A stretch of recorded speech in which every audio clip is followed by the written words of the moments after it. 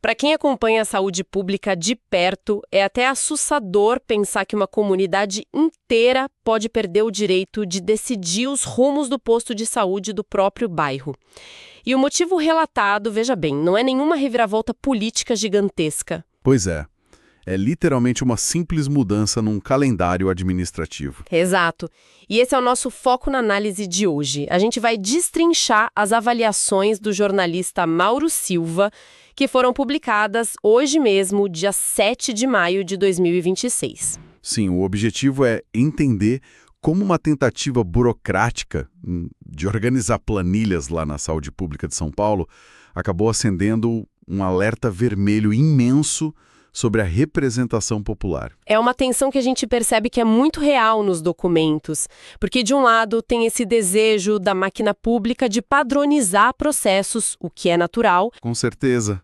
Mas, por outro lado, tem o perigo de silenciar a população sem querer, né? E para entender o peso dessa história, a gente precisa lembrar o que exatamente está em jogo, que são os conselhos gestores de saúde. Que não são só figurativos. De jeito nenhum, eles são tipo o eixo central do SUS. É o espaço onde moradores, os pacientes e os trabalhadores da saúde sentam e decidem na prática as prioridades da unidade médica ali da região. Ok, então vamos desempacotar isso.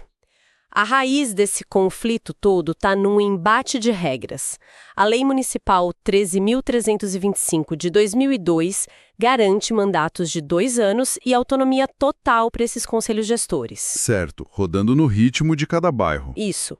Só que aí o cenário muda com a resolução número 08 de 2024, do próprio Conselho Municipal de Saúde. Essa resolução tenta forçar uma eleição unificada. Basicamente, exigindo que todo mundo vote no mesmo dia e no mesmo horário na cidade inteira. O que, na prática, parece impossível. O texto original até traz uma analogia muito boa sobre isso, que é do campeonato de futebol. Nossa, essa analogia do futebol ilustra perfeitamente o caos logístico. Sim, imagina um campeonato gigantesco onde cada time começou a jogar em uma data totalmente diferente da temporada.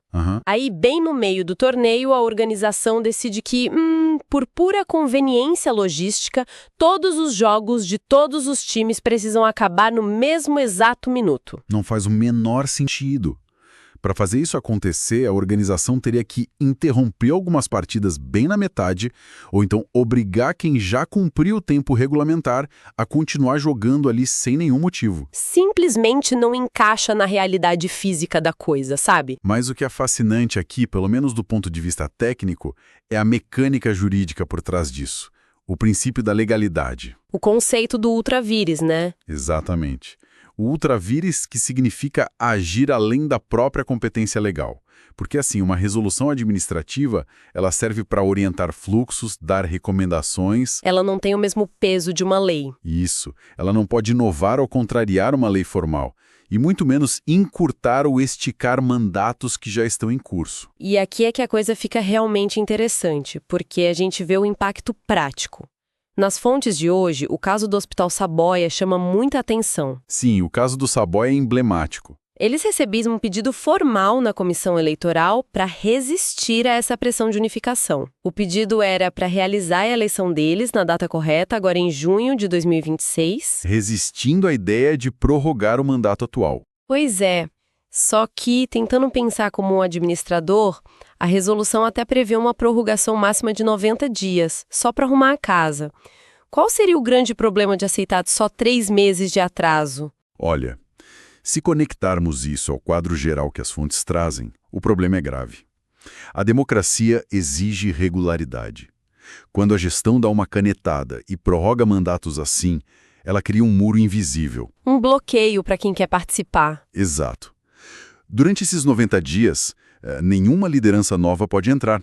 Pacientes ou funcionários que talvez queiram mudar a gestão ficam travados do lado de fora. E os mesmos grupos continuam no poder sem terem sido reeleitos para esse tempo extra. Isso fere completamente o propósito de controle social do SUS. O alerta principal é que normalizar prorrogações arbitrárias abre um precedente perigoso. Hoje são 3 meses. Amanhã, a justificativa pode ser por um ano inteiro. Então, no fim das contas, o que tudo isso significa? Esse caso deixa muito evidente a tensão entre a conveniência administrativa, tipo arrumar as planilhas, e a proteção legal da participação cidadã. Com certeza. O engajamento da comunidade depende totalmente de confiança. Se as regras não são claras, as pessoas desanimam. E isso nos deixa com um pensamento bem provocativo final para quem nos ouve continuar refletindo por conta própria. Uma excelente reflexão, aliás. Se o argumento da padronização e da eficiência pode ser usado para simplesmente pausar um processo democrático local que é garantido por lei, em quais outras esferas invisíveis da vida cívica os atalhos burocráticos podem estar de forma muito silenciosa remodelando os direitos de participação popular?